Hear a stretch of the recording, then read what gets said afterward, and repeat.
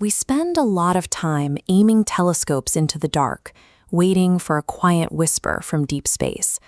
But the reality is that Earth is loud, and astronomers are constantly bombarded by an overwhelming amount of radio frequency interference. In fact, the very first SETI false alarm happened right at the beginning of the search. In 1960, astronomer Frank Drake detected a powerful pulsed signal that appeared to be moving rapidly across the sky. He hadn't found aliens. He had intercepted a highly classified U-2 spy plane a full month before the public even knew the aircraft existed. Decades later, at the Parkes Observatory in Australia, researchers were repeatedly tricked by mysterious millisecond bursts of energy that seemed to be scattered across their field of view. They called them peritons. The source was eventually tracked to the observatory's own visitor center. Every time someone opened the microwave door before the timer went off, the oven emitted a brief radio pulse. The overwhelming technological noise of our own civilization has become the primary barrier to detecting a genuine signal from the stars. To cut through that noise, scientists have developed algorithmic filters that look for interstellar scintillation. As a radio wave passes through patchy clouds of deep space plasma, its amplitude naturally rises and falls. A signal carrying that specific wobble absolutely originated beyond our solar system.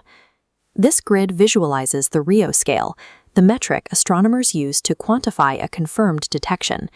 It mathematically weighs the potential societal consequences of a signal against the strict scientific credibility of the data. Yet, while our algorithms for verifying the science are mathematically rigorous, the protocols dictating how humanity should actually handle the news were drafted decades ago. If a true transmission passes all of our scientific filters tomorrow, our radio telescopes know exactly what to do. The rest of human society does not. T0 is the exact moment a genuine alien signal clears the algorithms, survives red teaming, and is officially confirmed as real. Under the 1989 SETI Declaration of Principles, discovering scientists are instructed to initiate quiet international consultation and secure UN approval before making any public announcement. In the modern internet age, expecting a global network of observatories to keep the biggest discovery in human history a secret while the UN deliberates is practically impossible. During a false alarm survey in 1997, astronomer Seth Shostak received a phone call from a New York Times reporter asking about the signal before his own team had even finished running their verification checks. In a real T0 scenario today, information will leak almost immediately. Viral speculation will outpace official government responses, creating chaos before the UN can even schedule a press conference.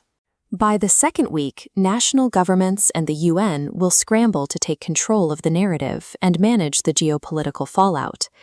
The debate will quickly expand from the political arena to the theological one. The world's major religions will be forced to process the reality that humanity is not the apex of biological or intellectual creation. Recent surveys show a surprising level of optimism among believers.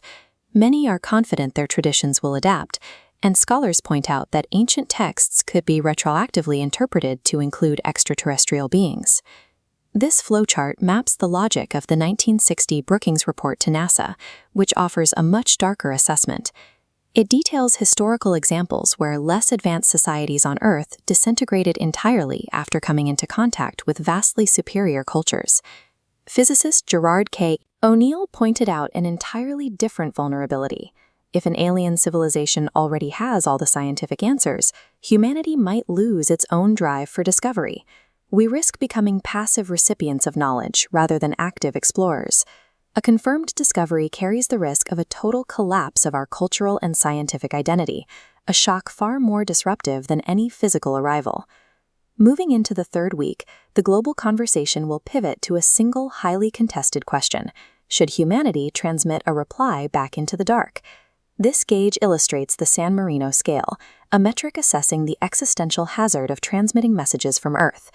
Aiming a high-powered transmission directly at a nearby star system spikes the risk level significantly compared to a weak omnidirectional broadcast. Communicating with other minds presents a massive hurdle. Crafting a message for a species with alien logic requires deep psycholinguistic research to ensure the recipients can understand the symbols representing our species. Deciding exactly who gets to speak for Earth and what language they use is a geopolitical minefield we have barely begun to navigate. Researchers at the SETI Post-Detection Hub have reached a sobering conclusion. Our current lack of resilient global infrastructure leaves us entirely vulnerable to the psychological shock of a discovery. Astrophysicists alone cannot manage this event. We need sociologists, theologians, and linguists actively preparing the public well before a signal ever arrives. Relying on secrecy protocols written in 1989 offers zero protection against the modern realities of geopolitical weaponization or internet-driven cultural panic. Preparing for alien contact forces humanity to look inward. It requires us to confront our own internal fractures in how we share information, coordinate globally, and define our place in the universe. Finding extraterrestrial life is an astronomical challenge.